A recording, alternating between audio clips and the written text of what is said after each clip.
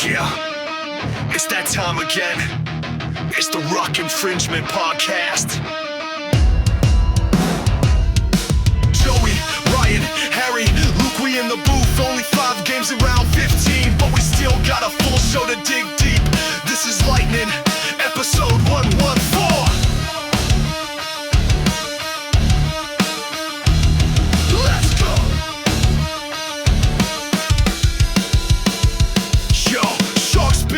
Thrashing tail out swinging.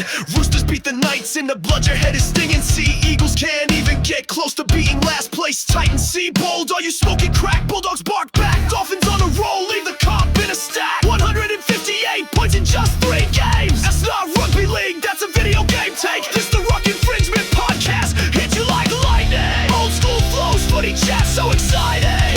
114, the boys in form. Dropping more bars than a pub in a storm. Joey's jumble got questions with spice. Origin 2 talk. A thrashing is coming. Add another coat of white. Legends! Welcome back to another episode of the Ruck Infringement Podcast, a podcast for you and your mates, great banter, mediocre betting advice, and just an all-round good time. Joining me, we got the full cast back tonight. We'll start off with the man to my left, the international cricket sensation. How are you, buddy? Yeah, mate, I'm all right. Yeah, I'm all right. It was great footy this weekend. And as always, fuck the Knights. Beautiful. Well, we're going down this path again. In the middle, we got the Dongle. He is back. We've missed you for a couple of weeks, mate. Good to have you. How you been? Thanks, bro. Feeling good, man. Been not too bad. Feeling better now, so back into it and ready to roll. Beautiful. Fuck the Dragons or not? Oh, they know that. And, of course, the Stats Man back with us. How are you, Stats Man? Yeah, mate. I thought the weekend's football was pretty boring compared to the last few rounds. However, I didn't watch any of it. So that's why I thought it was a bit boring this weekend. I actually did not get to watch a single game. I spent the weekend in the city with the missus. Oh, we saw that. Yeah. Very cute. Belated birthday present celebrations. So spent Friday night cruising around Sydney Harbour and then Saturday night drinking some amazing Japanese whiskey. Oh, very nice. Well, we can't give away your secret that you don't actually sit there and write the stats down as the games go, mate. Most weeks I do. Yeah, I know that. You're allowed a week off. That's fine. Exactly. Of course, I'm good as well. Great win. Nobody else though. No, nobody cares. But a great week for my chookies, of course, Dongle Sharks and your two boys with the bye. So we all had wins, which is fantastic. You may see if you are watching the video that Dongle is wearing the liability hat. Now, that is because we all got the same tips this week, 4 out of 5. Yes, Luke changed last minute in the Rabbitohs Bulldogs game, but it's all right. He got it right. 4 out of 5. Now, we went off margin based in the Sharks game for our comp. Now, do you boys want to say, what was your margin, Harry? You remember? I had Sharks by 8. Beautiful. Luke, do you remember what you had? I had Sharkies by 10. Dongle? I had Sharkies by 2. And I had Sharkies by 4, so I almost had to wear it again. Dongle, of course, the Sharks winning by 12, was it? 12? Yes, 12, 30 to 18. Yeah. 30 to 18. So you were the weakest link, so you wear the liability hat again. Yeah, the weakest link. I'll wear that. Thank you. Beautiful. All right, let's get straight into it. We're going to hand over to Luke for the stat deck. Alrighty. Yes, I can't really comment on what I saw this week. I can only comment on the numbers. So this week I have brought to you the big difference. It's the Dolphins back-to-back 50-point games. Ooh. Boys, I'm looking at this Dolphins squad. I'm looking at the points they're putting up. The time has come for me to ask the question, can the Dolphins win the grand final this year? Can they win it? They got to be a smoky. Have to be, yeah. They had Hammy on Matty Johns on Sunday night afterwards, and he said that they've been heavily back now going into the grand final. I think they're paying about $26 now. I was going to say, what are they paying? Just asking for a friend. I'm checking now, boys. But Harry, what do you think? Yeah, look, at the start of the season, I made it perfectly clear that I would never tip the Dolphins again after their shit start. But how's that going for you? I'm glad to say I've got egg in my face. And Jesus Christ. We're starting this shit early too. All right. Yeah, we are, yeah. Not even 9 o'clock yet, boys. Yeah, I know. On a school night too. No, I reckon Dolphins are, like you said, a smoky. Yeah, I reckon gotta be. they're in for a shout. Like Luke said, back-to-back 50-point games, and I'm pretty sure they got our beloved Knights this week as well. Yeah. So, another 50 point. I personally believe it will be 60. Well, I actually saw a stat today, Luke. I don't know if you've got it there, but there's only been 4 teams in history that have won 3 games in a row with 50 points. And so if they beat the Knights this week, they'll become there's only been 3 other teams that have done it in history. They'll be the 4th team to win 3 games consecutively with 50 points. Wowza. And their 3rd season in the NRL or something? Third year. Yeah. Wow. So it's absolutely crazy. Yeah. Do want to say well done to the Dongle. They are $26 via Sportsbet. Ooh, juicy. Please sponsor us. I'll give anything. people. They've cruised into 1, 2, 3, 4, 5, 6, 7. They've cruised into the top 8. Wow. For grand final winners again for the odds. Which one of those teams aren't in the top 8? Just looking over your shoulder there. Yeah. Go on. Penrith Panthers are in there. Yeah, Panthers are still there. Brisbane somehow. Yeah, Brisbane is still there. So Chucky's in there? not in the top 8. Oh. You're in the list, but you're not the top 8. Jeez. But just a quick cap of those. Still sitting on the top, surprisingly, Melbourne Storm. I mean, Yeah. they are really strong, and any smart person who knows a bit about football knows that the Storm are, pretty much finals contenders nearly every single year. Yeah. I just looking at that though. I don't know how more people aren't backing the Dogs, obviously, 100%. given their track record this year.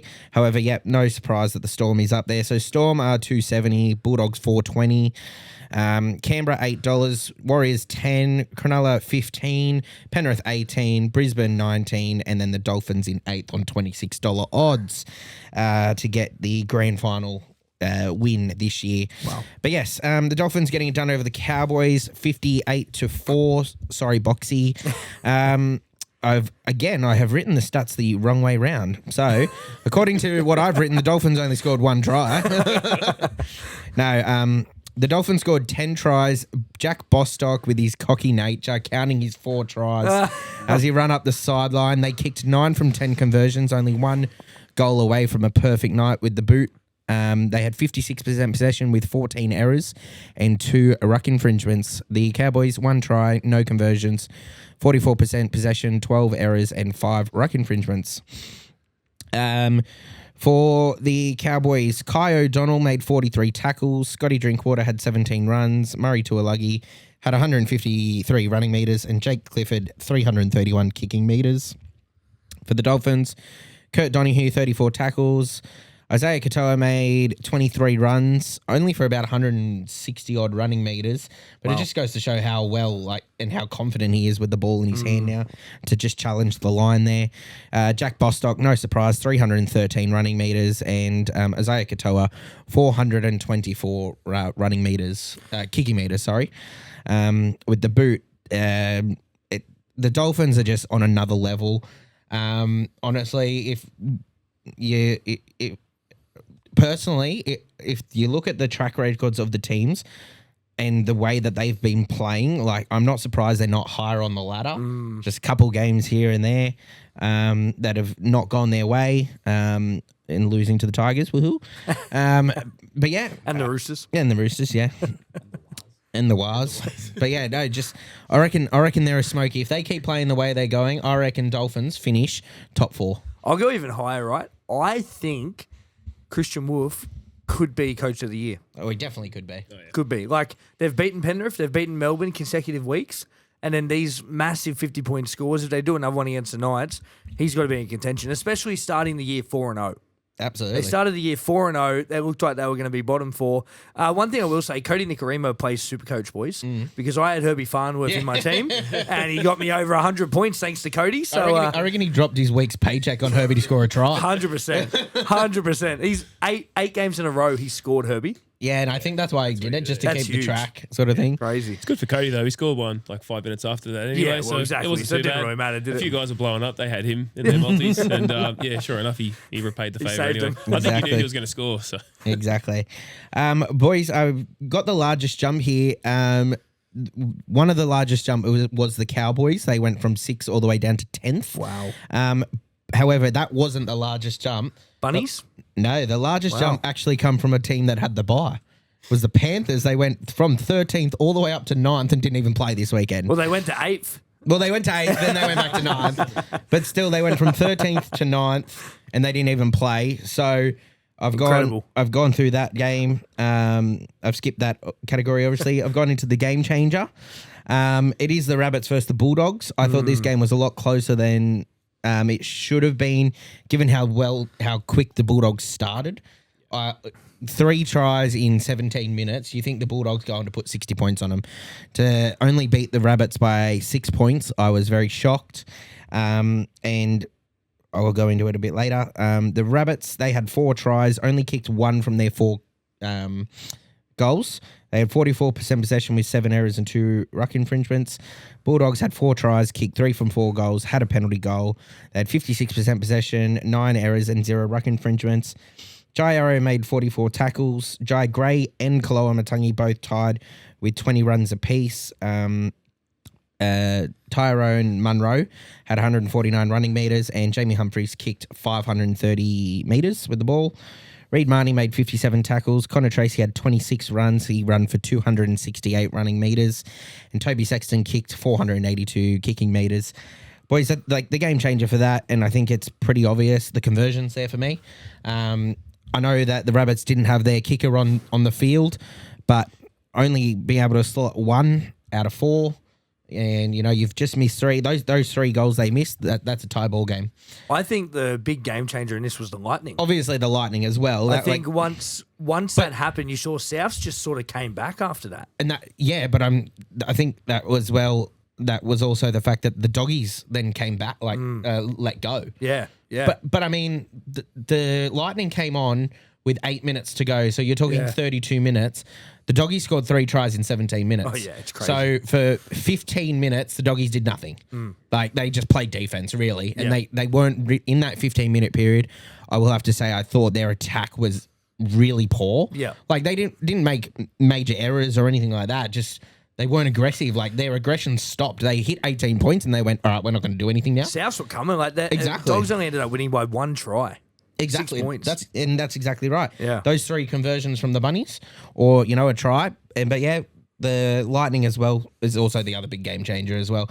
I think the last time they did it was Anzac Day, Roosters Dragons. 2015. Hailed, wasn't it? Hailed, yeah. And the game got called off. I think it was about 20 minutes. Exactly. They were off, yeah. So, what a weekend of weather. It was just ridiculous. Crazy. If any of the listeners didn't see, they showed images of 5-6 lightning bolts just right in the background of the stadium. It was absolutely menacing weather, and they were gruesome scenes, boys. It was quite weird. So gruesome. Not even my favorite word on this podcast. I like it though. Exactly. Moving into our Where Were You game, I think if we gave points for how many times the same team was in the Where Were You, we'd have a clear-cut winner. Can we have a guess at who it is? Manly, boys. Manly. Gotta be. The Tits on the bottom of the ladder, destroying Manly, 28-8. Titans had 5 tries, Canberra bagging a double. They got 4 from 5 conversions, 51% possession with 5 errors, 5 ruck infringements. Manly 2 tries, Garrick scoring both, no conversions, which is odd for Garrick. Yeah. Usually, he doesn't have that bad of a record. In his 150th game too. Exactly. 49% possession, 11 errors and 7 ruck infringements. Those are big numbers there. 11 errors and 7 ruck infringements. Why they lost the game. Yeah. Jamin Joloff made 39 tackles. AJ Brimson had 20 runs for 261 running metres. And Jaden Campbell, what a number 7 that he is coming into, 695 kicking metres, boys. Wow. He is just filling that number 7 jersey perfectly. And that was with 4 in there too. Exactly. It was just incredible to see. Lachlan Croker, 50 tackles. Tommy Turbo, 24 runs for 255 running metres. And DCE, 452 kicking metres. Does anyone want to comment on this game, that they saw anything in particular about Manly? What did they see anything that, they were able to say, yep, that's why they're not playing well? Oh, Harry, here we go. Set the timer. Nah, Manly were just shit. They scored the first try in the first 4 minutes or something, and then just shat the bed. AJ Brimson, I think, played one of the games of his life. Yeah, he was good. just carving them up left, right, and center. I'm pretty sure it was Lachlan Croker who absolutely shonked that tackle that led to Jaden Campbell's try, like straight through the middle. But yeah, Manly, I don't know what's going on. You would think that Cherry Evans being dropped, he'd want to play the game of his life to Yeah, that was disappointing. like really to try and show disappointing. him, prove a point to Billy. Like, why did you drop me? This is Yeah. what I can do. Yeah. But look, I'll say a couple of things from this game. Now, the Olukuatu try, I feel so sorry for the man. Doesn't score the try and then dislocates his shoulder in the process as well. So, big shouts to Hamole there. But also the other thing, like Tommy Turbo was back as well. And Manly just had no attack. They just had nothing. He still doesn't look 100%. He doesn't. This is sad to say, but I really think he needs to start looking at maybe medically retiring as well. He's had that many injuries over the course of the past few years, and I'll talk about that in the Roosters game with another player. But Tommy Turbo, I think, I know he's young, but how many times does he need to get injured before something is done? Or they move him to the centres or, Yeah. something like that. And then obviously because we had a 5 game round this week because of obviously the State of Origin coming up on Wednesday, I wanted to go into the last 2 games of the round, and I've given them in an interesting title just because it's a one-off thing. But obviously for the Sharks game, given that he's wearing the hat, I've labelled the Sharks game the depths for the Dongle. Oh, Which is giving him the hat because he Wow. had no faith in his team, and I had them by 10. I had Sharks by 10, so you had them by 2, and you got the hat on your head. So Sharks getting it done over the Dragons 30-18. Both Trindle and Katoa bagging doubles. They had 5 tries, 4 from 5 conversions with a penalty goal, 56% possession with 10 errors and no ruck infringements. Dragons had 3 tries, 3 from 3 conversions, 44% possession, 6 errors and 1 ruck infringement. Brayley had 52 tackles, Kennedy had 20 runs, Sione Katoa 268 running metres, and Braden Trindle 493 kicking metres. For the Dragons, Jacob Little had 44 tackles, Gutherson and Nick Sugranis, I hope I said that right, they both had 19 runs each. Moses Sully had 177 running metres, and Kyle Flanagan 693 kicking metres. From the game, boys, as I said, I didn't watch it, but I did see afterwards that Shane Flanagan has reportedly been told that either Kyle needs to go or he could be facing some trouble. I personally think, watching the Dragons, I do think Kyle does need to either go back to reserve grade. Yeah. He's just not like every other first grader at the moment. He kicked for 693 metres, but when your team's down, like, you need those deep kicks, but you can't be a player in this game and the only thing you can do is kick the ball. The big thing is how many chances has Kyle had? He's been at the Sharks, the Dogs, the Roosters, the Dragons, and he's always been the same player. He's never changed his game. He's never had that improvement factor, in my opinion. But I really think it is nepotism. I mean, you look, Flanagan came out and goes, oh, yeah, Kyle wasn't that bad. If you watch the game, there was it was 4 for 5th tackle. His 4 for 5th tackle options, he got tackled about 5 times. Yeah. On 5th tackle, which you can't be doing. If you're the halfback, you got to be kicking the ball or passing it. You got to be getting rid of the ball. So, yeah, I think it is nepotism for sure. I think the funniest thing about this game is the fact that the Dragons were actually up 18-6 at halftime and then choked and didn't score a single point. So, with that being said, cop that, Shawnee. Shout out to Sean. Yeah, shout out to Sean. I'm probably going to cop that when he, whenever he hears this. If Harry has a black eye next week, Yeah, if I have a black eye or anything, it was unrelated reasons. Yeah, you're right though. Yeah, like the halftime break was probably the best thing for the Sharks there. Oh, yeah, Like, for the, sure. the Dragons were all over him. But Yeah. in saying that too, and on the back of the Kyle Flanagan thing, like you're saying, like his last tackle options were just poor. Yeah. But I think what really let the Dragons down was like, so the Sharks were coming off their own line.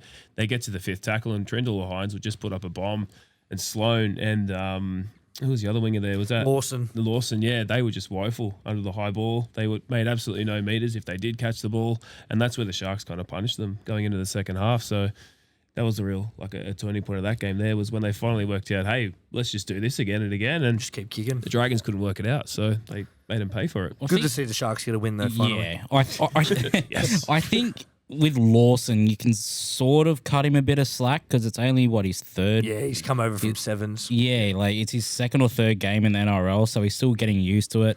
Like he's not Noakanitawazi. He's not Marky Mark, is he? He's not Marky Mark who, can Well, I mean, the last few performances under the high ball has been questionable, but he hasn't scored a try for a couple of weeks either. So. yeah, so yeah, Fuck I the think multis. I think you got to cut Lawson a bit of slack there. Yeah. But oh well. Did get his first try though for the Dragons. Yep, that was good to see. Yeah, very very good good. to see. Right, our legends, before we get back to sledging refs and over-analysing bunker calls, a quick word from our mates at LMTLS Finance, the only brokerage where your loan gets approved faster than at a car in open space. Tradies, footy heads, weekend warriors. If you're dreaming of that new ute, upgrading the family wagon, or finally getting that jet ski that's been sitting in your someday folder, stop dreaming. LMTLS Finance makes it happen. No bull, no paperwork piles, just fast approvals from our over 50 lenders that don't leave you on the bench waiting. They speak your language too. No fancy finance jargon, just straight talk and solid results. And if your credit history's got more bumps than a state of origin decider, no worries, they'll still back you. Think of them as the Cam Smith of finance, calm under pressure, sharp as a tack, and always making the right play. So if you want cash flow quicker than a 7-tackle set, hit up LMTLS Finance, tell them the Ruck Infringement Boys sent you, and they might even shout you a sausage roll. No promises, but worth a crack. Check them out now on Facebook, Instagram and TikTok, LMTLS Finance. Get approved, not penalised. Over to you, Statsman. Thank you. And then our last game, I think, Joey, you might cry a little bit about this one. Just the title anyway. But I've labelled this game the fans' controversy. Oh, I like it. And I think we all know what we're talking about, but in case you haven't, I'll explain it in a second. The Roosters getting it done over the Knights 12-8. The Knights had one try, one goal, and had a penalty goal. They had 54% possession with 13 errors and 0 ruck infringements. The Roosters 2 tries, 2 goals, 46% possession, 12 errors and 2 ruck infringements. Phoenix Crosland made 54 tackles. Both Greg Marju and Dane Gagai 23 runs apiece. Greg Marju had 263 running metres and Jack Cogger had 355 kicking metres. Siwa Wong 57 tackles. James Tedesco and Daniel Tupou, 24 runs apiece. James Tedesco had 253 running metres and Hugo Savala, 581 kicking metres. Now, And 45 tackles for Savala too. there you go, 45 tackles. Pretty good. The reason it's called the fans' controversy is because there is a controversial try that has been awarded. Basically, from the highlight snippets that I saw, kick goes through. Siwa Wong tries to grab it. His hands go completely over the ball, and then his forearm grounds it, and they award the try. Personally, I say knock on. That's just my personal opinion. Yeah. And I think it's best summarised in actually Dane Gagai's comment in the post-match interview, where he basically says, "I've never known someone to have control of a ball with your forearm." So I mean, I agree with that. Yeah. It's just one of those things, but I can't comment on the rest of the game because I didn't see it. But yeah, after watching that highlight, I think this is a no try, which has them the Knights 8-6. But, you know, obviously the Roosters could have scored in the end, and you know, there was still 10 minutes to go. So this one's a big one for me, just because I haven't watched the game. Joey, I'll save it. I'll save you for last comments. Before I ask the boys next to me what their comments were, I do want to say as well that even for a losing side, now I just said Cogger kicked for 355 kicking meters. Now, in all the football that I've watched, you've got one kicker. Like you've got your main kicker, like, you know, your Nathan Clearys, your Savalas and all that. And then like your 5'8", he might kick for say 100, 120 meters, something like that. You know, those little ones, the grubbers and stuff like that. Jack Cogger kicks for 355 kicking meters, and his man next to him, Jackson Hastings, kicks for 334 kicking meters. Yeah, Both right. halfbacks over 700 kicking meters. Like it's not unheard of, but it's very uncommon. It's very uncommon that both halves have such high numbers with the boot. And I was just very shocked to see that. Dongle, did you watch the game? What did you think? I didn't watch the game. I was also out on Saturday, but it was good to see Hastings get a run, I guess. I was surprised with that. I wasn't really surprised, actually, after he got the call up with Fletcher Sharp being ruled out on Saturday morning. So Jackson Hastings getting the call up there, the try. So like I just said, I didn't see the game. I haven't seen I've only seen like highlights and replays and things like that. But I guess it's made worse by the only like still image or photo that you can see of this grounding is where it looks like he doesn't have any kind of control over the ball at all, and it's just like kind of rubbing underneath his arm there. So look, it doesn't look good, but yeah, I guess the rules are the rules, and we have to play by them. So Harry, did you watch the game? Did you see anything? I turned the game off after the first half because it was that boring. But It was a bludger. But no, like, fair play to the Knights. Like, for the first 40, from what I seen, they were defending really well. Yes, they weren't scoring much, but they were still providing like somewhat decent attacking options. Like Dongle said, Jackson Hastings finally getting a run, which is good considering he's probably the best halfback that they have in that club. But yeah, I'm on the fence about the try.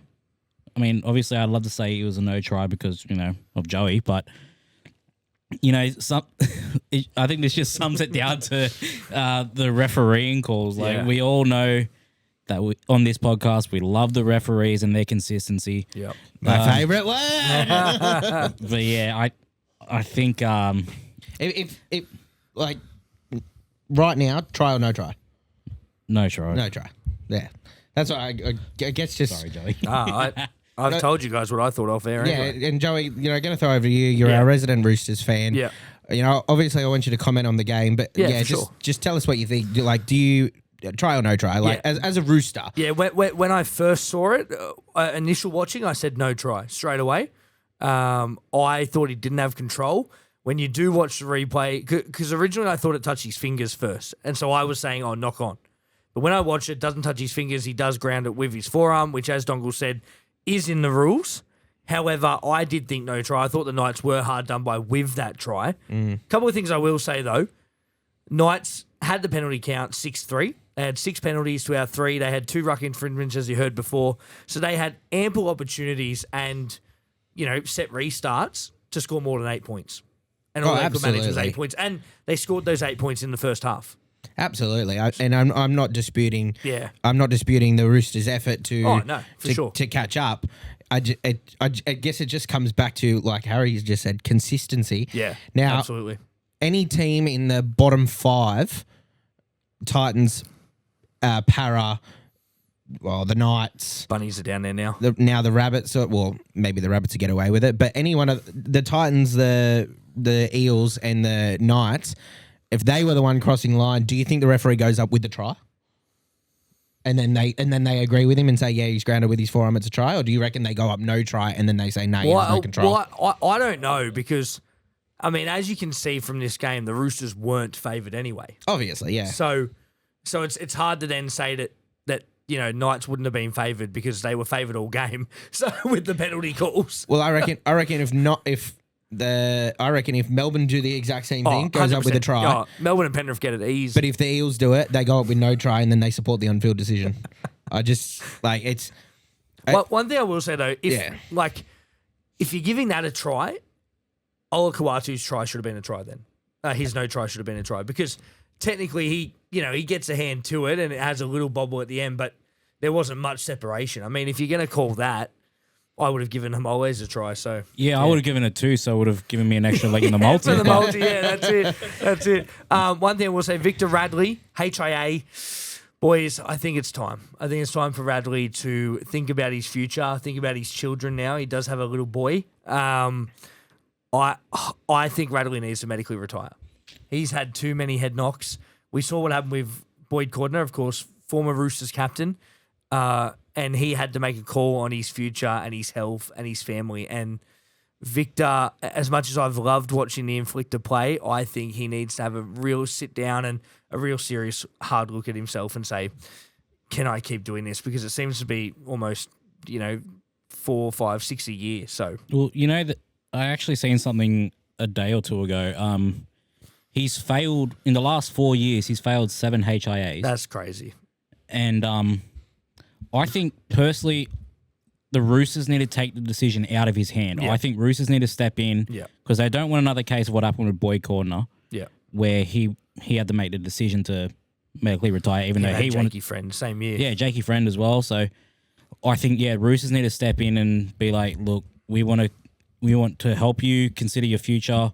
You know, you got a young family and whatnot. So I think Roosters should step in and be like, I think it's time to go. Was Jakey's the same? Was it his head or was it just injury? Jake Friend was concussion as well. Was Yeah, it was concussion. They both medically retired. They were co-captains. It was after, so we won back-to-back, 2018, 2019, and 2020. They both announced their medical retirement But so from concussions. from concussions, because I know Jake had a lot of other injuries as he well. did. Yeah. If he was constantly doing ACLs and MCLs, like obviously then you're constantly on crutches for 6 months a year sort of thing. Fair enough. But the Roosters have had so many of them. Is it tackling technique? Like, are the Roosters being coached to tackle in a way that's not safe? Because Luke Keary was the same. You probably pay for the best coaches. You got that much money, so it can't be that. Exactly. So it can't be that. Luke Keary was the same though. Like, he had that many concussions, and I don't really see it with many other teams. Not this many anyway. There you are, right? Yeah. Like I wonder if it is, yeah. So I don't know. I don't know if it's a way that they're tackling. I mean, Victor is all heart, and he puts his heart on the line every time. You know, so he does play aggressively, and unfortunately, he probably gets his head in the wrong position. But yeah, look, I think he needs to medically retire. Yeah. We interrupt this broadcast to bring you our sponsors. Here, who do you call when you want printing and design work done? At Print. Yeah, bizarre name, innit? Yeah, at Print. I mean, they could have called themselves Superfast Print. Or We Even Design Print. Or Friendly Personal Service Print. Because they do all that. When you think about it, at Print says everything, really. Yeah, so when you need design and printing done fast with friendly and personal service, call that Print on 47315055. When people ask where you got it done, you can say at Print. Shut up.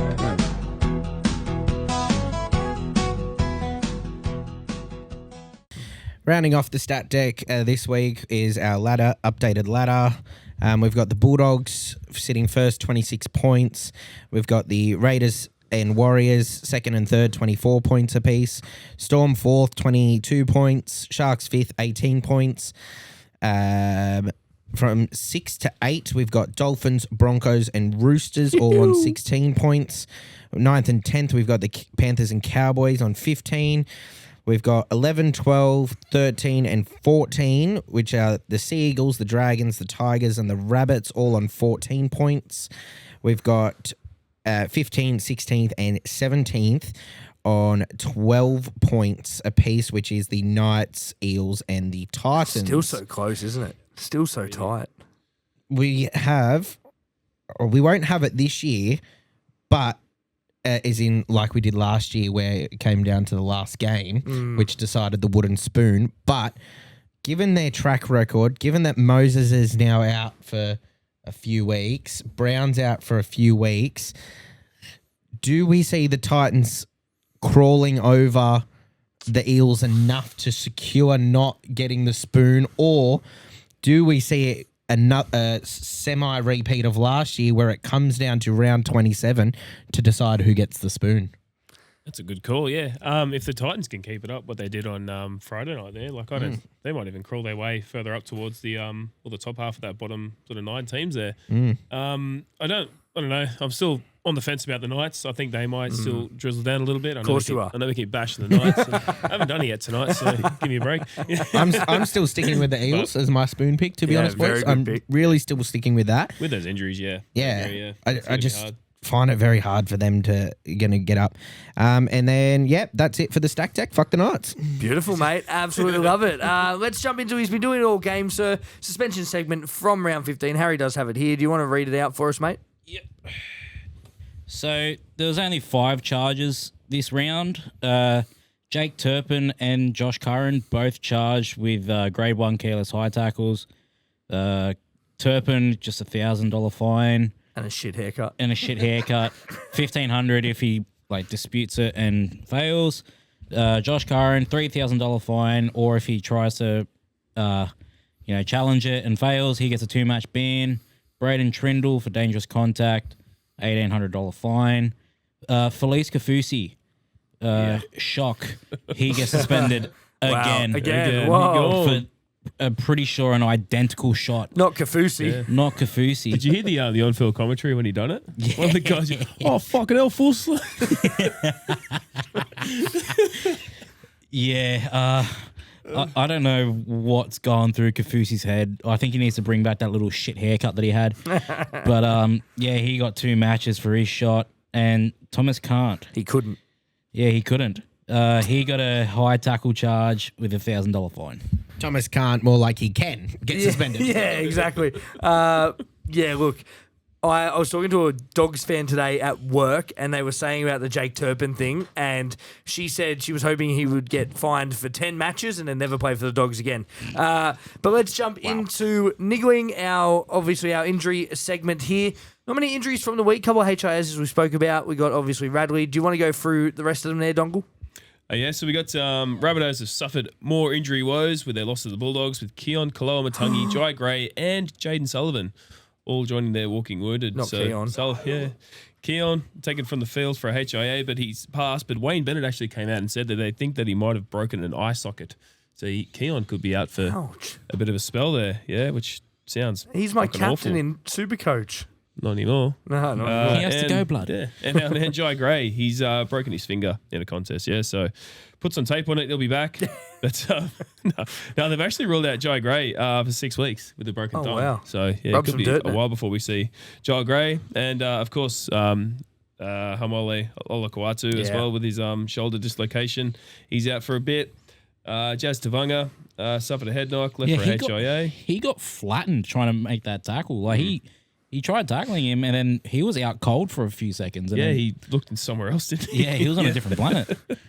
Yeah, it looks crazy, Sharks backline, Kale Iro, he didn't play anyway, but as well as Hiroti, they're both out 4 to 6 weeks. Of course, we just spoke about Victor Radley as well, leaving the sin bin there. Second half, Roosters lost another forward, Egan Butcher failed the HIA, so he'll be out as well. That's for good. the round 16 game against the Cowboys. And a blow for the Cowboys before kickoff. Jason Taumalolo was forced to withdraw after tweaking a calf in warm-up. And he hasn't played since round 9, so his returns on so his returns back on hold again. And I'm sure we'll talk about it later, but Mitch Moses is the other one here, So massive. Moderate calf strain. Yeah. Big for Origin. Awesome. Let's jump into Dynamos and Dungs, boys, for round 15. Luke, you want to start us off? Well, as I said, didn't watch any of the football this week, fellas, so I will just go with Dynamo has to be the Dolphins. Yep. I can only go off what I know, and back-to-back 50-point games. They're just dominant, and yeah, just what else can you say? I watched obviously the highlights of that game. Bostock counting his tries, Nicarima obviously securing his Supercoach points with letting Herbie score that try. So yeah, just well done to the Dolphins. And for my dung this week. Let's see. Let's go with the Cowboys, the Knights, Manly, and the Dragons. And the Rabbits. Yeah, just take all the teams, bro. Dongle, Dynamo, and Dung. My Dynamos are a little bit similar. I'm going to go with Cody Nicarima. I thought he was brilliant. And I've also got Jaden Campbell. I thought he had a standout game as well on Friday night there for the Titans. He was a difference there. And my dung is just going to go straight to Manly. Where were they? They were rubbish. Absolutely. Harry? My Dynamo this week, I've gone AJ Brimson. Like I was saying earlier, he carved up during that Manly game. He looked like he was a dog shot up the arse. He was just running everywhere, setting up tries for the fun of it, breaking tackles like there's no tomorrow. My dung, I'm going to leave the Knights this week. I'm going to leave them. I don't know if I can live it. And just pick Adam O'Brien. Fletcher So Sharp, he didn't play. My dung this week, I feel weird for saying this again, but cop this, Shawnee. It's the Dragons.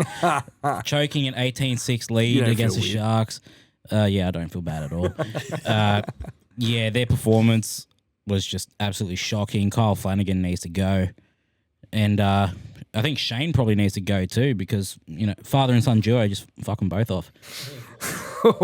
Big call. Jeez, Dragons, Harry's coming for you. Dynamos and Dungs for this week, boys. Got to be Bostock. Bostock is my dynamo this week. He absolutely incredible. 4 tries, almost had 5 as well. He was looking for a 5th, would have been a club record. The Dolphins, as we've said, have been killing it. Last week they scored their highest score in club history, and then this week they did it again and scored an even higher score. So yeah, look, they're just absolutely flying at the moment. Dung, I'm saying Manly, but I'm narrowing it down. Daly Cherry Evans, disappointing, very very disappointing. This was the game for him to stand up and say, Billy, you're wrong. Watch me prove how good of a player I am. But he couldn't. They've lost 2 weeks in a row to the Knights and then the Titans. And at the moment, I don't know what's happening with Anthony Seibold, but we do have a couple of viewer questions about it later. But look, it's panic stations for Manly, I think. But that's it for my Dynamos and Dungs. We interrupt this broadcast to bring you our sponsors.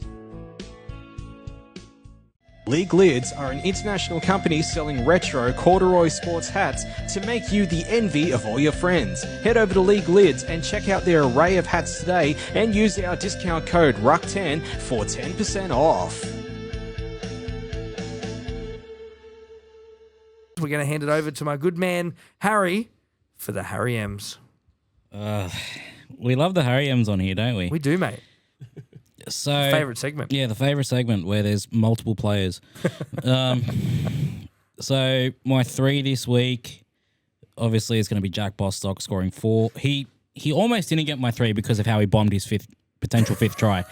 But scores 4 and doesn't get 3 points. Yeah, he scores 4 and a try assist as well. He did get a try assist. What? How did he bomb it? Like, He literally just knocked it on over the line. oh, far out. Like he was like 2 meters away. Yeah, it was ridiculous. But no, Jack Bostock, 4 tries, 1 try assist, 313 odd meters or whatever it was. Killed it. My 2, Herbie Farnworth. Yeah. He was absolutely electric out of that game. It was very close to being all 3 Dolphins players this week. I was about to say. But my 1, I've gone for Marcelo Montoya. Good shout. From the Dogs, 2 tries. How many running meters? I think it was 230 or something. 230 odd. He was electric for the Dogs again. And quick and easy segment for the Harry M's this week. Love it, mate. Any double ups? Shock? No. Oh, wow. Well, that is a shock for you. Probably because you haven't seen the Dolphins in such a long time. Yeah, pretty much. Hasn't seen him play that well anyway. No, great, mate. We always love the Harry M's. It's always special. Quickly, some wild fantasies now. Look, great week of Supercoach and NRL Fantasy, of course. Captained James Tedesco. I thought he might have went big against Newcastle. I only got 53 points. So got me 106. So not great in Supercoach or Fantasy there. I wish I kept it on Cole Matungi. Got me 65. Would have got 130 as captain. Any good points there for you, Harry, or My highest, you didn't take anyone out? my highest was Tallis Duncan with 113. Oh, very nice. Followed closely by Marcelo Montoya, and then my captain in Jake Averillo. Not a bad shout there. Averillo as captain. Yeah, I was contemplating because purely because of the buy round, I would have had maybe 2 players playing. Yeah. So I had to make a few trades, and Averillo's been like I would say fairly consistent. Yeah. This year, so it was good to bring him in, and considering going up against the Cows who have been on and off, I thought he was going to have a killer game, which he did. Yeah. Scoring me 86, so what's that, 172 as a captain? Quick maths. Yeah. Mathematician over here. Love it, mate. Yep. Yeah, look, it was a good week, Luke. I'm not expecting that you made many trades or anything like that. I did use my trades. Good thing we're all sitting down. Obviously, you can't remember who I traded. But I look. I He's getting scored better. I scored 747 points. Not bad. Mind you, I had 4 players in my starting 17 that didn't play, obviously because of the Origin round and you can't use. And literally, only one of my bench actually scored points because everyone else didn't play, being buys and all that. So I was actually still very impressed. That's not bad. I do have a running bet with a co-worker that whoever has the highest points at the end of the year He's got to shout the other one a carton. That's why he's actually making an effort. Yeah, exactly. And I beat him by 31 points this week. I was well so done. happy. Well done. Like Harry, I had Tallis Duncan with 113 points. I was very happy with that. I thought that the Dolphins obviously were going to go on a rampage, and I captained Asako, who got me 84 points. I wish he scored more tries and took some tries off Bostock because he would have got me more. But I actually vice-captained Connor Tracy this week, who got me 75 points as well. So I was very happy with that one. And then, everyone else was, your 30s, 40s, and 50s. But, those are the big names that I got some points for this week. Yeah, I got 986 this week. I brought in Ola Kawatu this week, boys. He was going to be my big play, has been scoring points for fun every other week apart from this week. So that was a bit of a letdown. But I did have Herbie. Had Cole Matangi. I also had Teddy, as I said, got 50-odd before. So, not too bad. 980, I was pretty happy with that. Don't forget, if you are in our comp, you are playing for championship rings from SC Championship Rings, some fantastic fantasy and Supercoach rings there. 2025 champions will be announced at the end of the season. We interrupt this broadcast to bring you our sponsors. Have you ever wanted a snack but nothing seems to fill you up? Well, try Gibson Country Style Jerky today. With a variety of flavours, including teriyaki, honey soy and garlic, and pepper steak. Gibson's is the best jerky to satisfy those snack cravings. And now, if you use the code PODCAST, you'll get 10% off. Check them out on social media today or go to GibsonCountryStyleJerky.com. All right, boys, it is time for the Profits preview. Let's have a look at round 16. Now, we'll start with the first game, which will be Origin. Origin 2 is on Wednesday night, of course. New South Wales versus Queensland. Go quickly, who we're picking, what the score is going to be, and give a man of the match for me. We'll start off with you, Harry. Obviously, New South Wales to win, 1-12. And man of the match, I'm going to go Jerome Luai. Oh, I like it. Dongle? Sorry. Oh, now we're too late. Sorry, I got distracted. So I do like the Jerome Luai shout there for man of the match. I think he's going to come in and do a brilliant job. Of course, teaming up again for the first time with his old mate, Nathan Cleary there. I do think New South Wales get it done, though. I think they're way too experienced for the newer style of Queensland team that we're seeing here. So I reckon going to go like 30-12-ish. 30-14 kind of area there. Like it's going to be, I think New South Wales get it done quite comfortably. Love it. Luke? New South Wales, mate, all the way. I reckon I'll go big. I'll go New South Wales 18 plus. Oh, I like that. I'll go the boys in a big one. I know I'm going to bite the bullet later, but I'm confident in my answer. So New South Wales 18 plus. I'm going with To'o for a double and Lomax for a double. The two wingers, 4 tries each. 4 tries combined. Yeah, beautiful. I'm also going big. I'm actually going to go a score here. New South Wales, 38. Queensland, 10. I'm going to back New South Wales big in this. 28 points in this one. And I'm going to back man of the match for this. Interesting. Payne Haas got it last game, even though I don't think he was best on ground. But I'm going to give it to another forward this time. Angus Crichton. Max King. Not Angus Crichton. King. Spencer Linu off the bench. If they kick it to him. I'm actually going to back Payne Haas to do the double. Oh, righty. I'm going to back him in to do the double. I think he can have a bigger influence this game as well. So he'll be my man of the match. But of course, that is our first game this week. Wednesday night in Perth. No, go. I was going to say, did you hear about about Munster could be in a bit of trouble? No. Breaking the law? What happened? So he's created with Puma, he's created a footy boot that on the last layer of the sole of his boot, he actually has a lining of dirt from his home field, from where he did his junior football. And the whole message is, you never forget where you come from and where your hard work come from. But Perth have really strict biosecurity laws.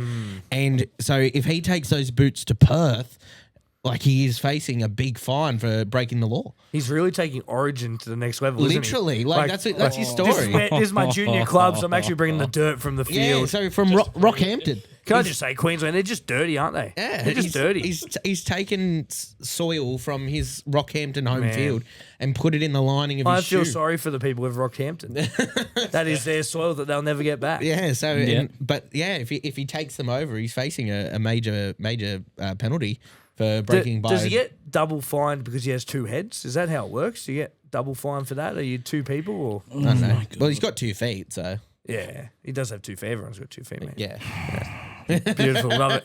6 times. on each foot.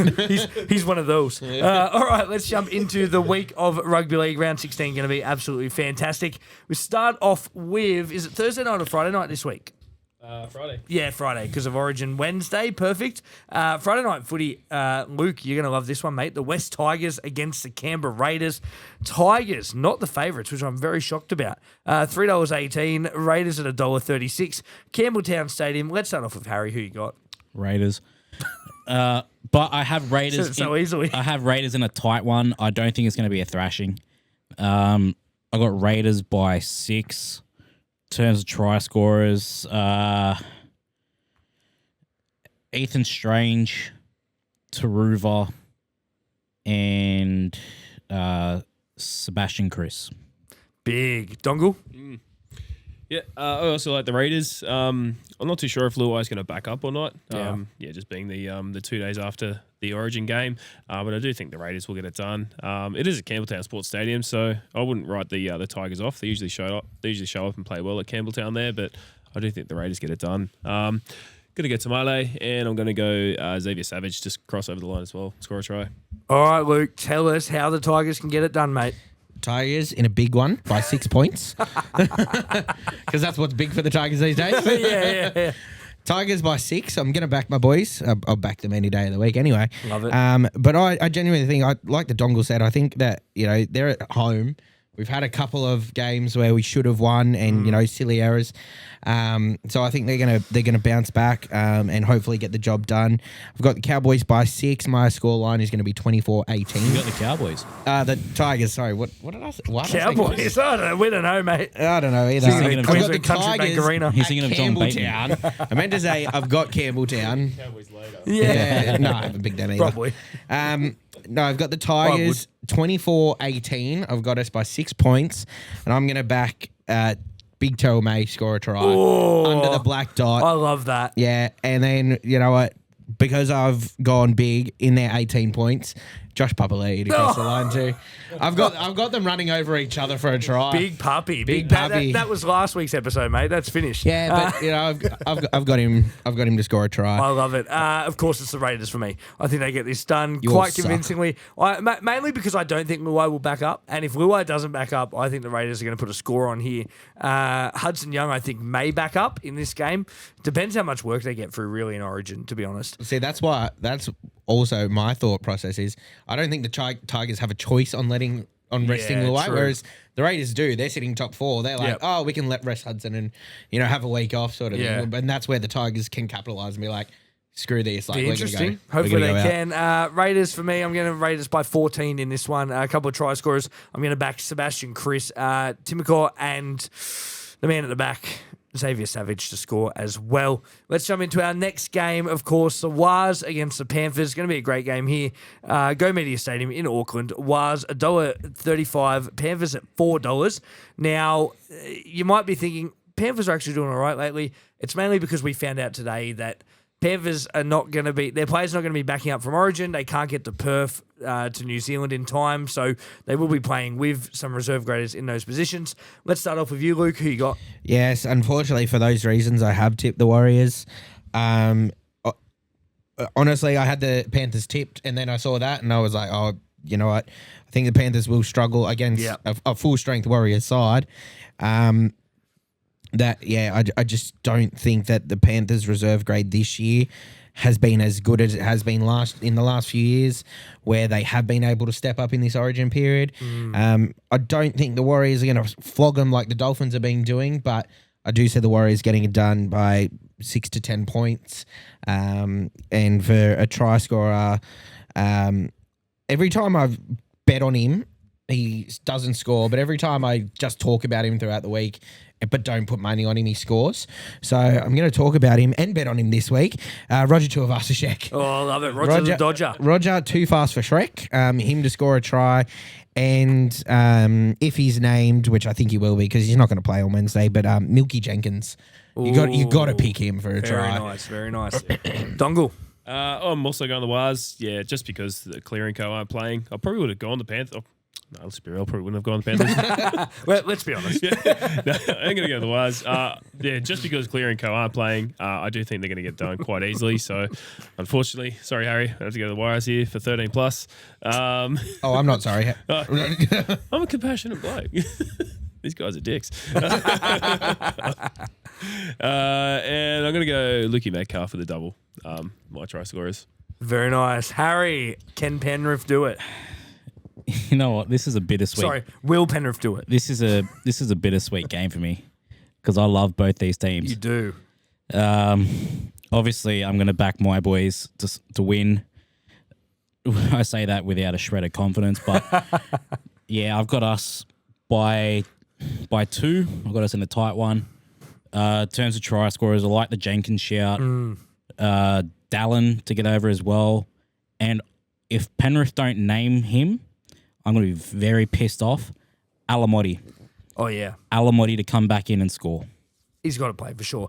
Mate, yeah, again, same reasons. The other boys are back in the wires in this. I think they get it done. Absolutely cruising at the moment they are. I probably would have tipped them anyway. I think they are looking so good. There's a couple of danger games for the Penrith Panthers. In terms of try scorers, I'll go Wires. I will go tight, though. I'm going to go Wires by 8. In terms of try scorers, yeah, look, I really like the Jenkins shout. I'll back him in. I want to back some forwards because I love backing forwards. Fisher Harris to score against his former club. Straight through the middle there. And let's go Moses Leota. Let's do the double front rowers. I really like that. Let's jump into our next game. It is game of the round. Dolphins v Newcastle. Going to be fantastic here. 5:30 p.m. on Saturday. Where's this one? In Perth. So Hamaso won't have to travel too far from Origin to get there. He's just going to sleep in the change room. Yeah, exactly. But Dolphins $1.30. Knights at $3.56. Sorry, boys. Interesting one. This one now.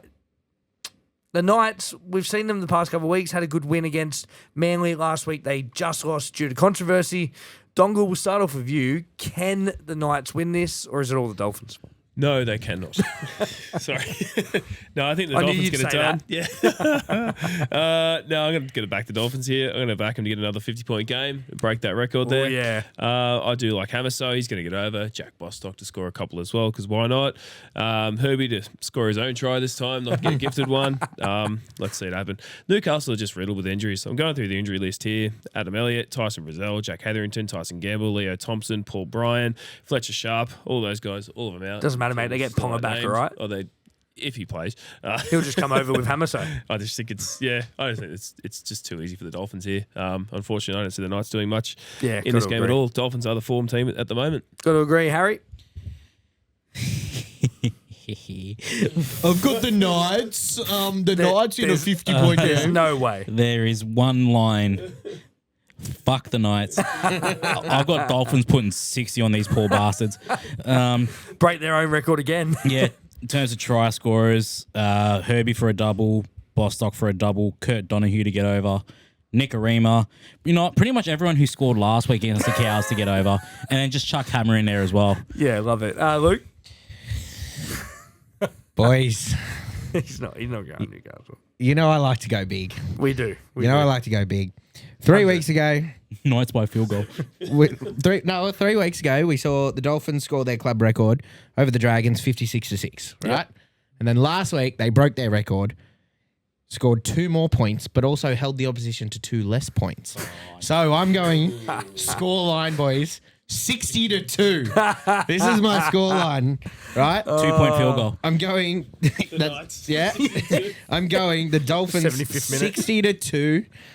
And for try scorers, as I agree with everyone, Bostock, Hammer, Asako, Farnworth, Nick Arima, pretty much anywhere wearing a Dolphins jersey. But no, because he's got a suspension, doesn't he? But if Yeah, if Kafusi if he scores. Yeah. Fleece for Kusi. I'm just gonna go into their team list from last week just because you stupid. Bro, just say Dolphins 1-17. Dolphins are going to win. Because I want to know what one of their specific numbers are. That's the one. 1 I'm not to picking. 17. No, I'm not picking one of them. Let's go team lists. Well, I'm not going to pick Jeremy Marshall King. No, Bostock dropped it last week, so I wouldn't pick him. Yeah. I am going with the only Dolphin not to score this week will be Mark Nichols. If he plays. Mark Nichols, he's a prolific try scorer. I know, but he's going to be the only one not to score. Wow, that's big. I mean, if all 16 of them score, mate, you can have my nickname The Prophet because that's incredible. I'm going the Dolphins as well. Dolphins big. I just want to say that all our Knights listeners are probably just cancelling the podcast right now. They're all unsubscribing from everything because we are absolutely... Yeah, just Blake, just one. Blakey. Blakey Blake's with mum. 2 burner accounts. Well, look, Blakey might have to say his own line this week. Whoa. He might have to say it if they get put 50 on him. Do we put him through that, or does 100% someone else? we put him through that. Does someone He's else done have to say it though? No, he's done it every game. Yeah, but he's done it to everyone else. Do you reckon you're gonna? Do you reckon we put him through the pain of saying it for his own team? Yeah, I don't know. What do you think, Harry? I reckon just make him do it, eh? Or Brutal. Force him. Like, he's already done it for the Chookies. He's done it for the Tigers. if you want to inflict serious pain, though, we all have the message ready so that the second it happens, we all do it at the same time. We should all send it, but slightly different. Slightly different. Just change out like 2 words or Yeah, something. One puts an exclamation mark, the other puts quotation marks from Blake. When a team has conceded 50. Yeah, I love it. If a team concedes 50. Yeah, look, shout out to Blakey. I hope not, mate. I hope not. Already 6 teams this year can't win the comp, but I'm going Dolphins big. I'll just go Dolphins by 30 at the moment. 30 plus, that is. Very conservative. Yeah. They could win Close one. They could win 60-30. Conservative 30 plus in this one. No, and, Harry, 60-2. That's what try I'm saying. scorers, I think we've said them all so far. I will back Dylan Lucas, though, to score for the Knights. We interrupt this broadcast to bring you our sponsors. Need to trim those hedges? Need to cut that grass but unsure how? Well, visit Koala Mowers today for all your lawn care needs. From mowers to whippersnippers and blowers too, Koala Mowers has you covered from the front yard to the back.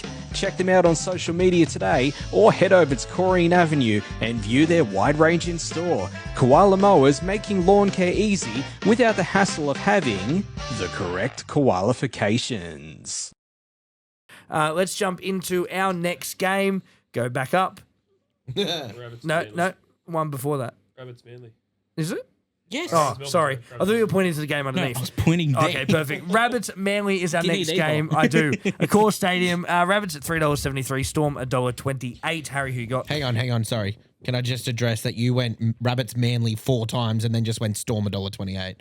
Oh, did I? Sorry. You said Manly Rabbits 4 Storm. times. I was like, what game are you looking at? All right, calm down, Cowboys. All right. Rabbits Manly. All right, Stormer $1.28, guys. Who you got? Yeah. Look, we all make mistakes. I only make 7 of them. Rabbits v Storm. Who you got? H. I got Melbourne. Do I go big?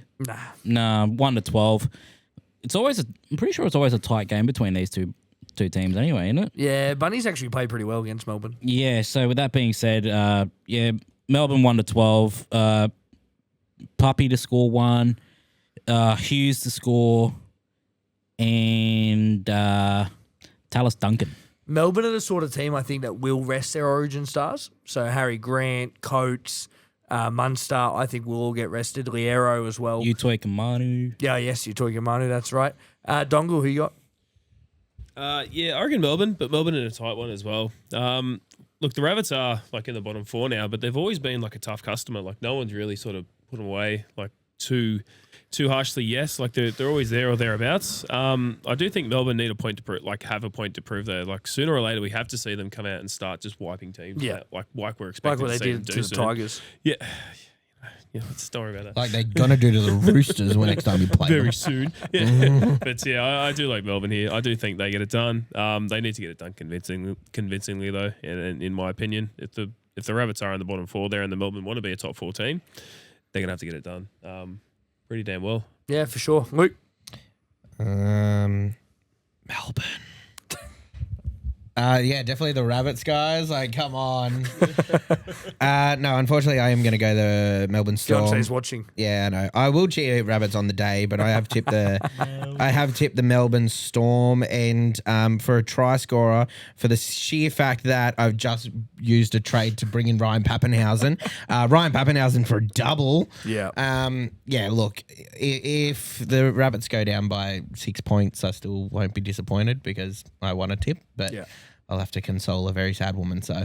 Well, boys, it's Melbourne for me. You'll never see me tipping the Rabbits. You'll never see me in a Rabbits jersey unless you viewed the cover art for this week. I am going Melbourne to win this game. Melbourne by 20 plus. I think even without their origin stars, they'll still get this done pretty convincingly. I like the shout for Hughes for a try. I'll back... who's their centres? Probably Anderson. I'll back Anderson in for a try as well. Let's jump into our first Sunday game. The Bronx against the Sharks. 2 p.m. Going to be a fantastic game here.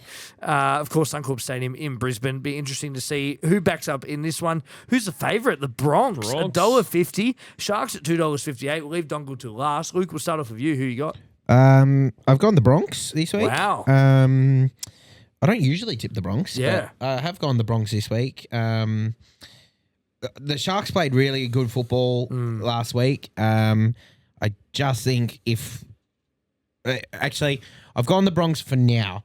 If the Broncos rest their origin players, like Paddy Carrigan, who's the other one? Haas, yeah. If they're rested, if they take the week off, I will change to the Sharks. I will say that. But if they play, I'm just not sure how they're going to go. Reece Walsh is obviously not doing Origin, so he's still fit.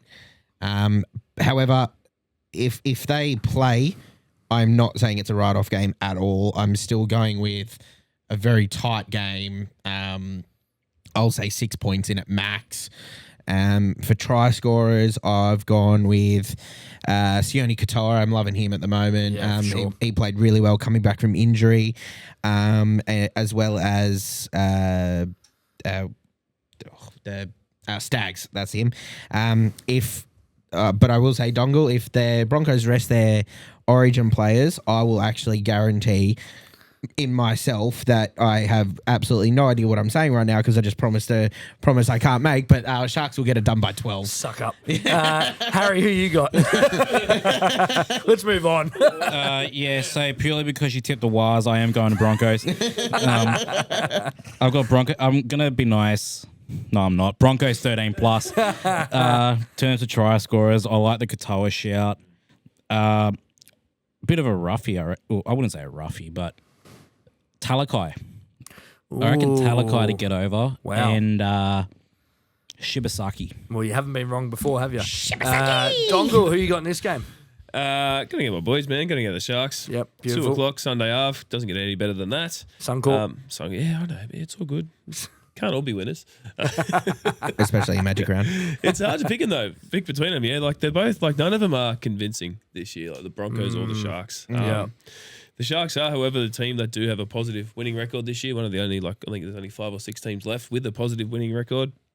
So that's always good. So I'm going to go the Sharks. I'm going to go them in a close game, 1-12. I do like Braden Trindle, Sione Katoa, and Brenton Nickera to get over. I think there'll be quite a few tries scored in this game. These teams aren't known for their solid defense, we'll call it. So, yeah, that's my shout. I'm backing the Sharks too. Broncos on a Sunday arvo never win. They never win on Sundays. Unless it's a Thursday or a Friday, that you always back the Broncos. But Saturday, Sunday, no, I'm going Sharks in this one. I think Sharks can win this game, and I think they can win it convincingly. I'm going Sharks by 13 points in this. Well, I'll say 14 because I don't think it'll be a field goal in it. I'll go Sharks, 14 points in this game. I'm going to go Nico Hines to score a try, Mulatalo for a double, and Ezra Mam to get over the stripe as well. Let's jump... Sorry? I was going to say, Dongle just said the Sharks are one of the only teams like with the last positive teams. Win record, yeah. Obviously, the top 4 have positives. Then the Sharks... The Dolphins are sitting right behind them. Not shocked. 7-7. Wow. They're it. Then you hit the negatives. Obviously, the Broncos 6-7, Roosters 6-7, Panthers 5-7. Obviously, because they played the less game as well with the bye round sort of thing. But yeah, the They are the last in the top 5 with the positive, but the Dolphins this week could change that and go 8-7 in round 15. And if the Sharks get the win, then they'll go 8. You said Penrith have 5 and 7. It's exactly the same as the Roosters and Broncos. They're 6 and 7, but they've had buys as well. Yeah, no, like I'm just going off the ladder where it says. Yeah, I'm just saying Penrith aren't as good. Yeah, but I'm saying it's got the Raiders. We got it. Yeah. No, that was it. That's all I want to say. Point taken. Yeah, it's got the Raiders as playing 14, sort of thing. The Sharks have played 14. I'm just stirring Harry up. That's all. So, Sorry, you're next. No, very good. Well, I am up next. So here we go. We know who he's tipping. Next game, 4:05 on a Sunday afternoon. Roosters Cowboys, Allianz Stadium in Sydney. Can you get any better? Yes. Roosters at $1.44. You actually could. Cowboys at $2.82. Put the Dolphins on at 4 o'clock. That'd be more entertaining. Yeah, probably. Let's start off with the Dongle. Who you got in this game, mate? I'm not going to you Cowboys! Go the Cowboys! I'm going to go. Who am I going to go this week? I'm going to go the Roosters. Roosters in a tight one. Again, not convinced with either team, from what I saw last weekend. But then again, the Roosters do have all their origin stars back. I do like the Roosters, and I'm going to go Tedesco to score a double here. Very nice, Luke. Honestly, You've been our biggest critic this year, so I've gone the Roosters. Wow. I tipped you last week. You did, actually. And you got the win, it was even Newcastle. But you still got the win. Yeah. Right? You got the win. You got me the 2 points in the tipping column. I'm going to back you again this week for the sole fact that the North Queensland Cowboys are just not it this year. Yeah, They're trash. just honestly, for me to tip against the Roosters, you'd honestly have to be playing against the top 5 teams this year. Yeah. Like those games, I won't back you. But And we've matched them too. yeah, well, yeah, some of them you match and some you haven't. But this week, mate, it's just common sense for me. The Roosters, I'm going to go Tedesco for a try. I'm going to go Tupou. Say his name. No Wanganetawaze. Hey, for a double. He could score, but the one guy that I'm actually going to back for a try, I don't know if he scored in an NRL try yet. You might be able to tell me. Hugo Savala. I'm going to back him for a try. He has. He's got one. Well, Yes. I'm going to go for his... Anzac Day. There you go. Against I'm going to go Dragons. for his second try. Very nice. Hugo Savala. I like and it. I'm going to go in... I saw it. I can't remember if it was this weekend, Dongle, or maybe next week, so correct me. But Trindle's Chip and Chase. Was it this weekend or last weekend that he did that? And he...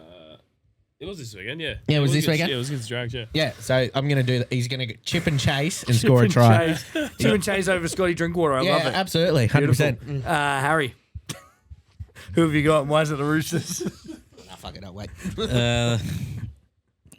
I've actually have gone the Roosters. yeah, nice. Yes. Considering the way that the Cowboys have been playing, they've been dog shit. So my brother Mitchell copped that. So yeah, I got Roosters by 10 try scorers. I like the Teddy shout. Yep. I like the Nwakanitawazi shout. Oh yeah. And It's not a cut, it's a w. No Wanganitawazi, not no Wakanitawazi. I'm erect, but yeah. and that's say it. his name with I'm not saying respect, anything else because of what I'm not saying anything else of what just been said. But yeah. Yeah, nice. Boys, I actually think it could be a bit of a danger game. Of course, Dearden will be back. Cotter, Nanai will be back from Origin duties. So I'm going to go Roosters 13+. I think they get it done in this one. Look, Allianz Stadium on a Sunday afternoon, going to be absolutely beautiful. Natty Butcher will be back as well. Hasn't played for a couple of weeks, so Nat Butcher back. But I'm going Nafahu White to score in the front row. And I'm also going to go little pod play here. Connor Watson to score a try from dummy half. And for the Cowboys, I can't say any try scorers there. So that'll be it. I think Roosters get it done 13+. Jump into our last game of the round, Eels v Tits. Tits and It's. Going to be a great game here. Eels at $2.23, Tits at $1.66. CommBank Stadium in Sydney. Harry, let's go you first. Who have you got in this game? It's going to be the Tits.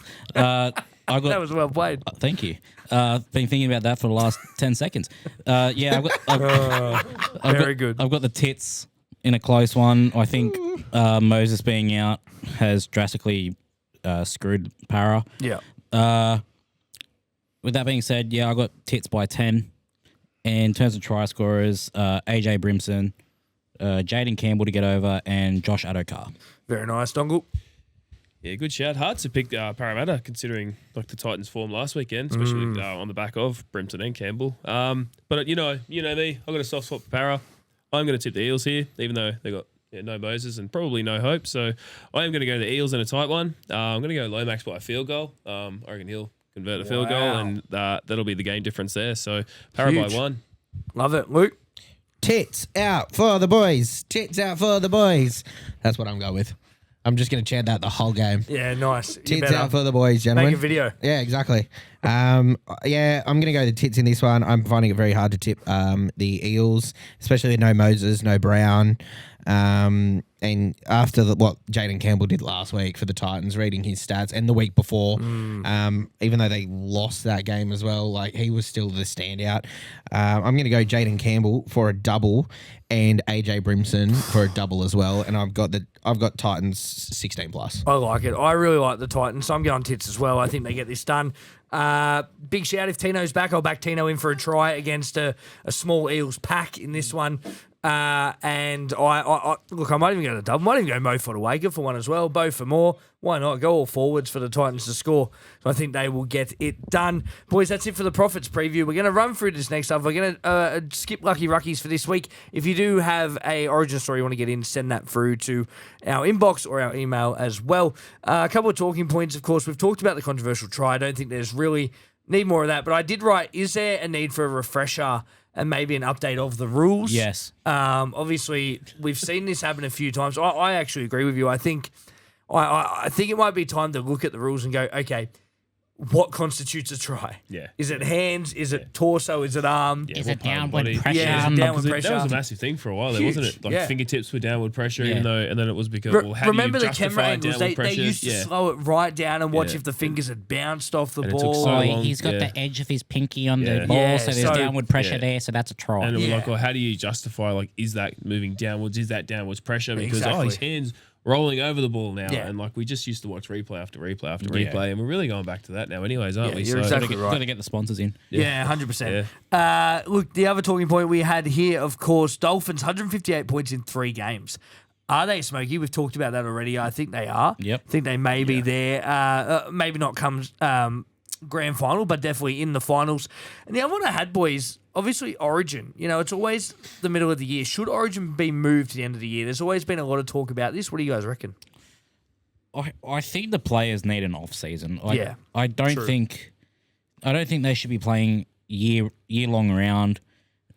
I reckon they should just make Origin like a standalone round. I don't think they should combine it into the season as well. Make the season shorter. I reckon. Like instead of having 27, because there's three lots of Origin, just make it 24 rounds and then have the 3 separate rounds for Origin itself. Yeah, no, you're exactly right. I love it. Good shout. that'd be a good That is it for our talking points for this week. Boys, we're going to skip over our mid-season review. You can head to our YouTube and hear mid-season review that I did with the Bump Out podcast. That was going very well on YouTube there as well. We interrupt this broadcast to bring you our sponsors. Ever worn sunnies but realised you have to take them off on the job site to change into something more safer? Well, now with StayFancy Eyewear, you can get some awesome safety glasses that look good and protect you from the harsh rays of the sun. With a variety of styles to choose from, StayFancy has all your eyewear needs sorted. Use the code RUCK10 for 10% off today. StayFancy Eyewear, protecting you from the nasties on the job site and looking good while doing it. We're going to jump into a new segment that we have brought in this week. Handing it over to the Dongle for Dongle's Dystopia. Take it away. Alrighty. I even wrote an intro for this, so this is good. So just let me know how it goes, boys, and obviously in the comments there, let us know how it's traveling along too, yeah? So this is a what if segment. So it's called Dongle's Dystopia. It's where we'll take a random, like a random event or a game-breaking event or something that happens in the past. We'll look into it and then we'll ask, what if it did or what if it didn't happen? And we'll look at the trajectory of what's happened since then. So my one this week, and what I'm bringing to you guys is we're going to go back to the 2015 NRL Grand Final. Okay? Yep. I know you guys were How old were you? 2015? You just born, weren't you? or Yeah, he was something? about 2. Younger. Yeah. Young boy. Maybe I've gone back too far. No, you haven't, mate. I was working at Magenta Shores in There the we go. in the bar at this There we stage. go. Yeah. How good. 2015. So we are going to look at what you guys would reckon would happen to the Brisbane Broncos if Benny Hunt didn't drop that in the 2015 NRL Grand Final. They were dynamite that year. They were the only team to knock off the Roosters in the regular season and in the and also in the final series. They knocked him out the week before, and they made themselves into the grand final. Cowboys made it into the final series. They had all the momentum though of the game going into that golden point. Obviously Thurston's magic there, and he got Kyle Felt over the corner there to score the equaliser, and obviously Thurston's conversion there. And then the kickoff, obviously in the side of golden point there, and poor Benny Hunt. That was a moment that he never lived down.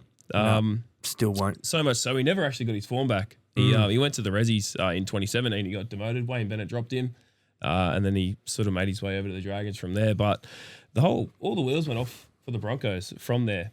You know, so like they built up for years and years. You know, they had this team going around them, and then after that year, like they all kind of disbanded and left, and the board all sort of fell apart. So, what do you guys reckon would have been, or would the Broncos still be a powerhouse team now if Benny Hunt had caught the ball? Would they have gone on to win the game? Would we be scared to see, oh shit, we got Brisbane this week, which was very much the case leading right up to 2015 and all the years before that. It was the case in the 90s. The 90s, Brisbane dominated, but yeah. Absolutely, yeah. So what do you guys reckon would have happened with the Brisbane Broncos? Should have they won that game if Benny Hunt caught that ball? What do you reckon would have happened? Look, I reckon if he caught the ball, they actually win that grand final. Because obviously, you know, he was right on the try line. So, you know, you think about it, they take their set, you know, they're kicking about, say, 40 meters, you know, they kick it long. And then, you know, obviously the Cowboys have to then obviously reply to that. I think they go on to win the grand final.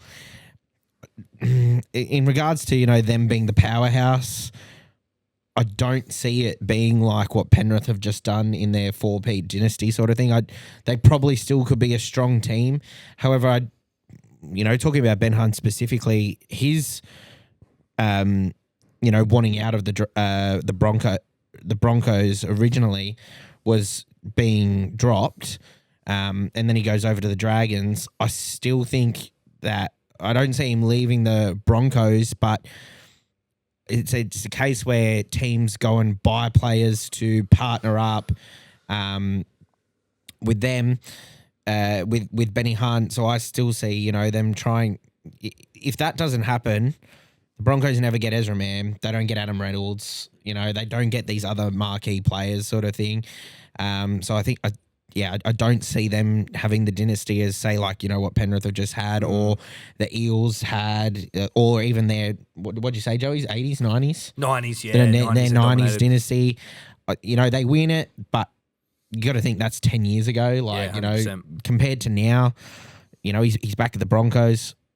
In that moment, I reckon the Broncos win that game. Like you said, they knocked off the Roosters, in the only team in the regular season and in the semis to knock off the Roosters. Yeah, Roosters were minor premiers that year too. There you go. So, look, I don't see it being a continuing thing, but I definitely think that they win that game back in 2015. Yeah, I got a different take. Sorry, if you don't mind if I jump in. I actually think Cowboys still win it. I really do. I think even if Ben Hunt catches that ball, it was the Cowboys' year. Everything went right for them that year. And I think it was their time. It was their time to win. They had never won a comp before that. 2015 was their first premiership. Thurston was hungry. And I think he would have done whatever it took to win that grand final. I think even if Ben Hunt catches that ball, maybe they go up the field and they score. But I think Thurston was just too hungry in that game. And you saw that the conversion that missed first, or the field goal that missed first, or whatever he kicked first, and you see him, he's watching it, and it's going across, and then he's cheering because he thinks it's going in, misses, and then nails the next one. That's the conversion he missed. Yeah, conversion. Yeah. He missed. You see him cheering. He thinks he's got it, misses it. But I really think Cowboys still win it. Yeah, I'm of the same belief as Joey.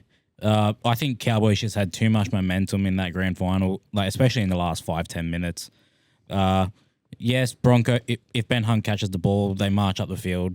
All right, like Joey said, Thurston was just way too hungry for that. Yeah. If anything, I reckon Thurston probably could have retired after that game. Yeah, well, Just send him off into the sunset as a winner, and it would have been the perfect ending for a career, because I don't think he did much in his next 2-3 years. 2016, he didn't do much. He retired at the end of 2016 or I think 17? it was 17. I think They were in the grand final again in yeah. 17 against Melbourne. yeah, which I'm pretty sure they got flogged. Yeah, Melbourne won, yeah. Yeah, so no, I reckon Cowboys still win that grand final. Yeah. There you go. Great, mate. Love it. Can't wait to see more of Dongle's Dystopia. Beautiful. Very exciting. We're going to jump into some viewer questions. Just before you do that, Joe, Yeah, mate. I found a stat while I was outside. We love it. Tell us one. You'd be very happy with this one. I would go. I only just saw it 2 minutes ago, so don't blame me for not including it earlier. You mentioned Hugo Savala, 45 tackles on the weekend. Yep. Do you know that he has equaled the NRL record for most tackles in a single game by a half? Chad Townsend earlier in the year. Mm-hmm. Yep. Goat. Jamie Humphreys as well. Pardon? Jamie Humphreys as well. Probably. This year, But I yeah, think. as a half, 45 tackles, he's equaled it. And how many games of NRL has he played? Yeah, like 12. Yeah, exactly. Well done. Pretty good. I mean, he, none of us mentioned him in Dynamos, but I think he really flew under the radar in that game. Like, he was great. I think you said 600 and something kicking meters and then 45 tackles for a 5'8". That's fantastic. Yeah, great stat, mate. We're going to jump into some questions. Yeah, start off with the first one here. From our good sponsor, LMTLS Finance, Jordan has sent through a question saying, favourite player and why? Who wants to start us off with that? Harry, you go to the mic. Yeah, Harry. Sure, why not? If we're going in the context of all time, Yeah, go all time, I reckon. all time, although he is a Queenslander, Jonathan Thurston. I think Wow. what he's done for the game, the way that his career path has happened and what he's done, I think he will go down as one of. I don't think he'll go down as the best because Joey Nathan Cleary, but he'll go. Johns. He'll go down as one of the greatest halves to ever play the game. Oh, for sure. Dongle, favourite player and why? Yeah, I've got two here that just spring to mind immediately. One of them is for his on-field, just being the general smartass. Like I love watching like ref cam and stuff like that when he's giving lip. Sam Thaiday, I think he's Yeah, brilliant. nice. He's got such good chat on him. Love him. He's an awesome dude. And another guy, not very well known. He's from New Zealand Warriors. He played a while ago. I'm definitely going to butcher his name, but I think he's the king of running from the back fence. He's called Lafeta Paliacina. Oh, yes. He was just very, very fucking good. wrecking ball when he ran. I loved watching him when I was growing up. He was just insane, just a menace as well. So yeah, I'd say that he's got to be right up there as well. The old Auckland Warriors, mate. Back when they were the Auckland Warriors. Fantastic. Luke, favourite player and why? That it's a toughie, eh? Like there's so many players.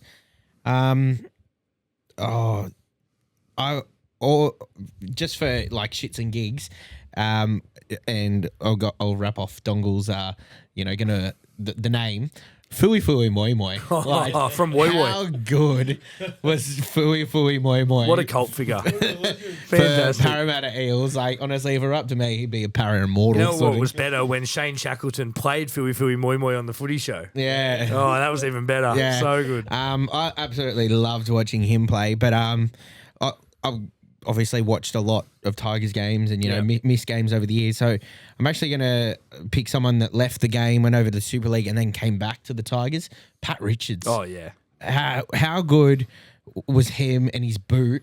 What he 50, 70 metre, I think it was. 70 it was huge. metre I remember it. drop out. 2018, I think it was. Yeah, like that's in his return. Yeah, like, yeah, That wasn't exactly. in his prime. That was like to the very end of his career, and he still has a 70-metre dropout. Obviously scored the try off the Benji flick as well. Exactly. Like to me, I think he's a Tigers cult hero for me. Oh, absolutely. I loved watching Paddy, and I think he had a 60-meter conversion or something to win a good game for us. Yeah. So I loved watching Paddy Richard play, and for me, honestly, he's one of those players that I remember watching and sitting there going, I wish your career would never end. Yeah. Like if he could keep playing, I would absolutely love it.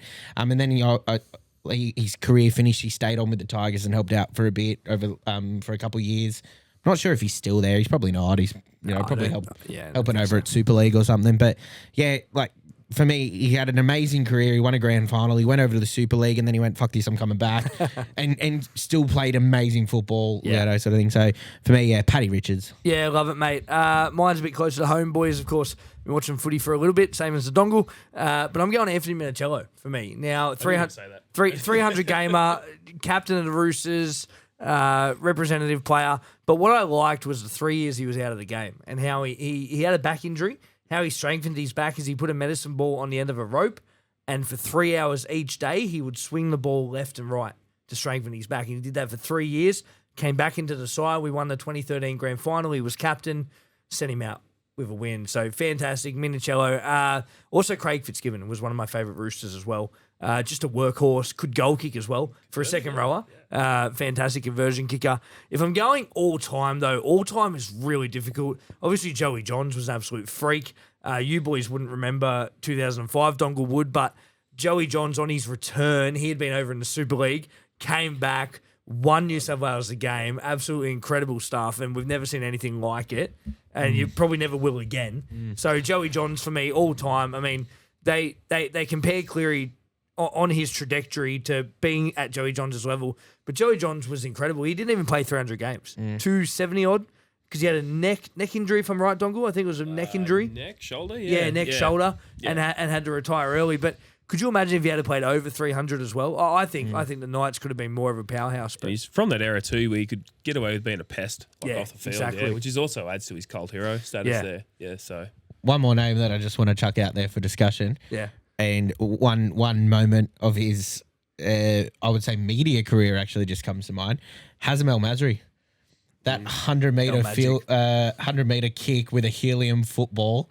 How good was that when they did that for the show? So they went, good. let's just pump it up with helium and see how far he can kick it. And he ended up clearing the field. He was a fantastic goal kicker. He was too. an El absolutely Magic. fantastic goal kicker, Yeah. and he was pivotal for the Bulldogs. You know in what? that Didn't time. play enough Origin. He only played one game for New South Wales and should have played a lot more. Exactly. Like, Play a he's lot just more. someone to talk about, sort of thing. Yep. He's up there with one of the greats. And, yeah, like you were saying, goal kickers and Yeah. stuff like that. Hazem El Masri's got to be chucked out there. Oh, absolutely. Boys, next question. Jordan had another one. He said, if you could bring back the Biff, would you? Yes. Absolutely. yeah, it depends who. Yeah, Nah. Shane fighting, yeah. Bring back the Biff any day. There should be Big some Jack Williams further up. versus Felice Kafusi or something. Yeah, mate. It's pretty one-sided. Bring I back, especially Origin. Bring back the just Biff. Smash Origin, anyone who's a Queenslander. Yeah. I think in the big games, I think not like the Biff in general, obviously they're hitting this and the niggling and stuff, but like when there's like jersey grabbing, like in Origin, like it's not the Origin that we know. Like I think there should be different rules or like a little more relaxed than what they do in ice I know hockey. they are relaxed in Origin, but I think they need to relax it a little bit more in Origin. Yeah. Let the game flow. Oh, if there's niggling, if there's injuries, if it gets a little bit violent, so be it. But in club level, like it's Ice hockey rules, drop the footy. I was Two gonna- players get to go at it. Yeah, 30 seconds. Just beat the living shit And out then of they can each go sit in other. the penalty box. I don't care, but you let them have 30 seconds. If you give him Gallon of miles. If you give him 30 seconds need though, 30. if you give him 30 seconds though, then really you're going to send both players for a HIA given the new rules and stuff. So one punch each, just absolutely go for it. Yeah, love it. Great question there, of course, from Jordan. Now, good mate of mine, Zuriel, he has sent through a question. This is based off the interview I did during the week, Dale Shearer, Rowdy. He said, going off Rowdy's comments surrounding the referees and game stoppages, what's your thoughts on the Referees Association putting a stand-in ref at their training sessions to go over their penalty counts? Also think it's good for developing referees. I guess it's good for the developing referees, but I don't know. Like, I guess this is where, like, you know, like, when the rules are so vague sometimes, where it's like, well, what can you do, what can't you do, how much wrestling can you do, like, you know. But do we need a referee at the training session saying, like, this is where you're going wrong, this is where you're going wrong? I mean, these guys have played footy their whole lives. Like, do they need their handheld to be taught, this is how you tackle, this isn't what you should be doing, like, these are the rules? Like, I don't know if the referee should be there. I guess they all get briefed, you know, like the Players Association meetings and things like that. But yeah, I don't know if we need a referee at the training session saying this is how you play correctly. Like, that's a bit. Do we need to go back to a time where we've got two on-field referees? I think so. I've been calling for the two refs for ages. I think get it back in. Two on-field referees, Get it back in. You've got the guys like that referee that can be on the offensive line, and then you've got the referee on the defensive line. So really, one referee's only focusing on the defense, and the other referee's focusing off the offense. But what I think the biggest one for me would be, I actually think the touch judging needs some picking up because forward passes, man. Like, how many forward passes are in our game now? Yeah.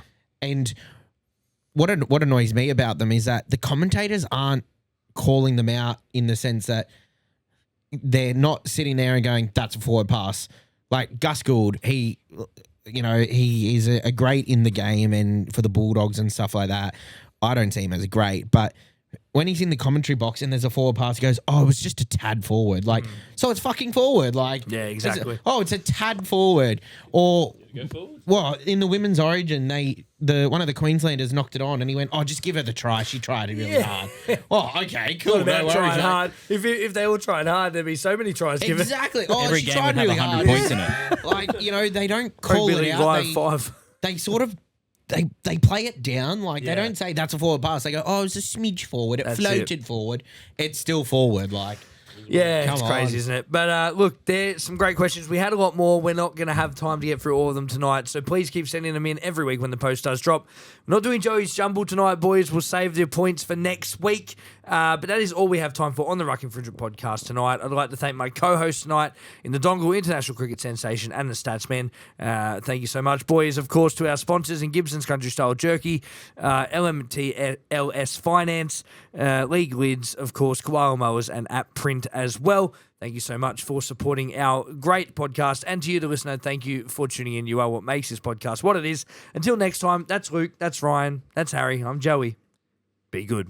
Big ups to the sponsors, we see your grind. And to every single listener who's taking the time from the worksite gym or chilling in the car. You're the reason this ruck thing's gone this far. So this was Lightning, 114 in the vault. Be good, tip well, watch the dogs on top. We ain't stopping, we just dropping pods weekly that you copping. Till next week drops, Ezra Menu still flopping. 1-1-5